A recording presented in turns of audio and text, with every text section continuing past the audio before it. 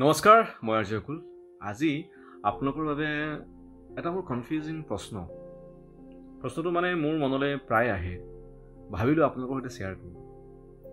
আজি হ'ল কেইদিনমানৰ পৰা এটা কাম মই কৰিম বুলি ভাবি আছোঁ, কিন্তু মই কৰিব পৰা নাই। যেতিয়া কথাটো মনলৈ আহে যে মোৰ কামটো কেলৈ হোৱা নাই, তেতিয়া এনেকুৱা লাগে যেন মই সময় পোৱা নাই নে একচুৱেলি মোৰ সেই কামটোৰ প্ৰতি গুৰুত্ব কম, যাৰ কাৰণে যিটো কাম মানে মই কৰিম বুলি ভাবোঁ কিন্তু কামটো নহয়। আপোনালোকে কি ভাবে এই ক্ষেত্ৰত?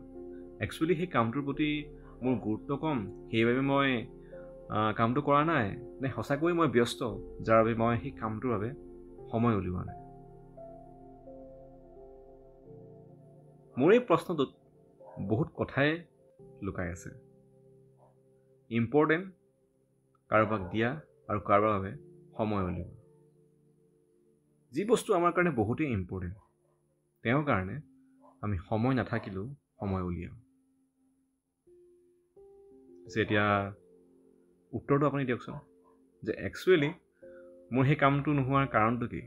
যে মই একচুৱেলি সেই কামটোৰ প্ৰতি গুৰুত্ব দিয়া নাই, নে সঁচাকৈ মই ব্যস্ত? এই প্ৰশ্নটো এবাৰ নিজেও কৰি চাবচোন। বাৰু, ৰাখিছোঁ এতিয়া।